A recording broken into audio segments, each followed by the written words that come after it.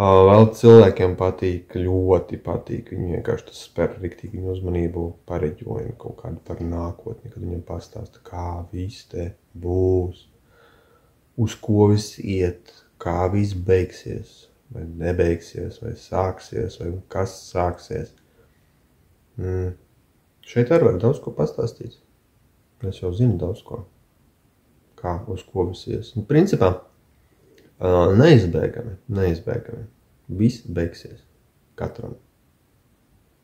Tas ir, jebkuru var sadarēt, ka tev viss beigsies kaut kad. Viss pazudīs. Viss, kas tev ir, tu viss pazaudēsi. Nekā nebūs vairs. Jā, daudz šis biedē. Daudzi mēģina kaut kā iesapņoties. Maksimāli daudz savu radīt visu kaut ko riņķī.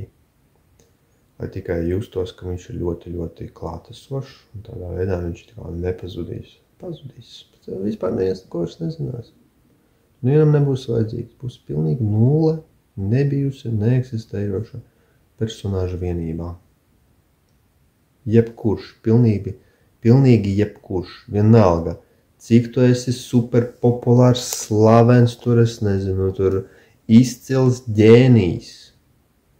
Tu pazudīsi, un tavi darbi arī pazudīs agrāk vai vēlāk tas notiks. Iespējams, tu ar savu ģenialitāti, ar savu izgudrojumu ilgāk noturēsies šeit, jā, kaut kādā tur tajā sociumā atmiņā. Vairāk vai mazāk visi pazudīs.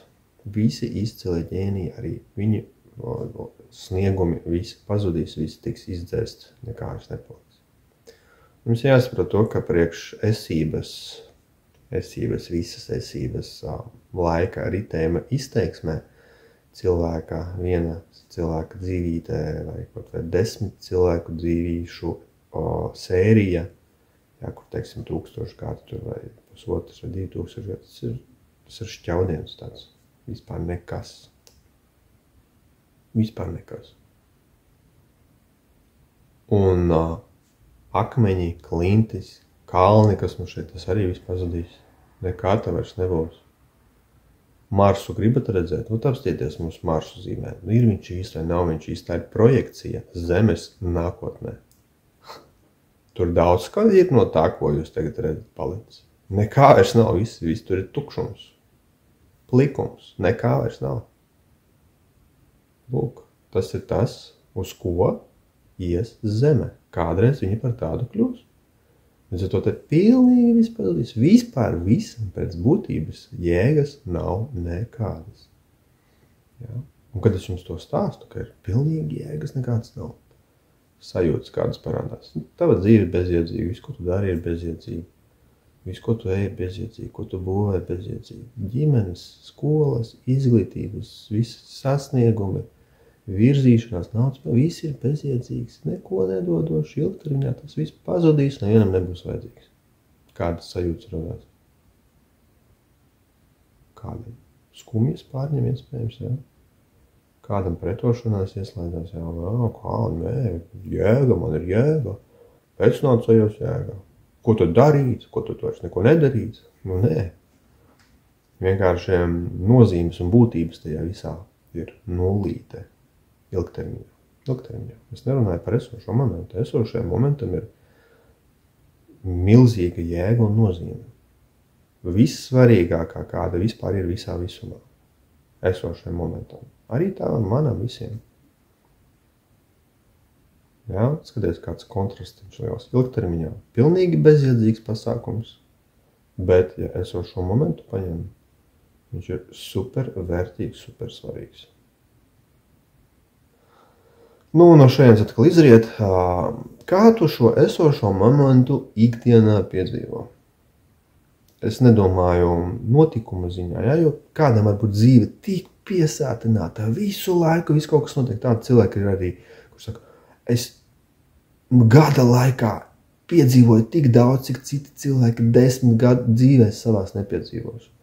Jā, ok, malac, bet sajūtas no tā, ka tu man tagad stāsti par pagātni.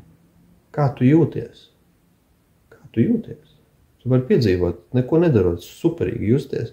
Tev var būt visi pasaules resursi, un tu justies kā pēdējais sūds, draņķis, mēsls, pretīgi. Jāslāpē to visu ar alkoholu, tur nezinu, narkotikām, kaut kāds šis sajūtas sevi mākslīgi jārada. Pliks pakaļas 10 vābla riņķi, lai tikai justu šo savu svarīgumu, jā. Kaut kā aizmiglot, aizskriet prom, jo patiesā šis sajūtas, kas patiesībā ir pretīga, tizla, tumša. Kas ir sajūta, ar kuru tu dzīvo ikdienā? Bez visiem kompensējušiem mehānismiem, bez kaut kādiem antidepresantiem, bez alkohola, bez narkotikām, bez nekā. Pilnīgi tīrs, tu pliks tīrs, kāds esi, kāda tev ir sajūta, kādā tu dzīvo. Un es vienam cilvēkam prasīju, kas ir svarīgākais? Lūk, visa tā bagātība, visa tā nauda, kas tev ir, jā. Un tā sajūta, kurā tu ikdienā esi. Un ja tev būtu iespēja atdot visu šo savu resursu par citu sajūtu, par superīgu ikdienas mirkli piedzīvošanu, tu atdotu?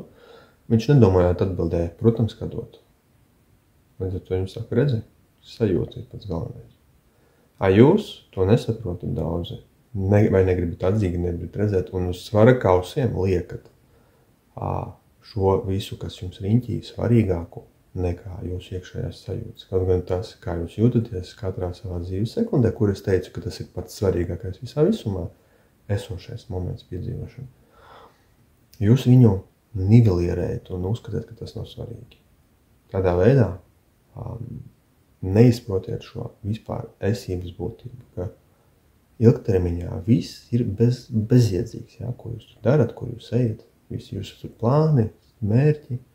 Svarīgākais ir esošais moments, tas ir zelta vērts, un viņam jābūt zelta vērtīgā sajūtā, kura ir nevis dēļ kaut kādiem ārējiem apstākļiem, kuru jūs tur mēģināt nopirkt, vai iegūt, vai sasniegt, radīt, bet kura jums ir visu laiku klātesoša.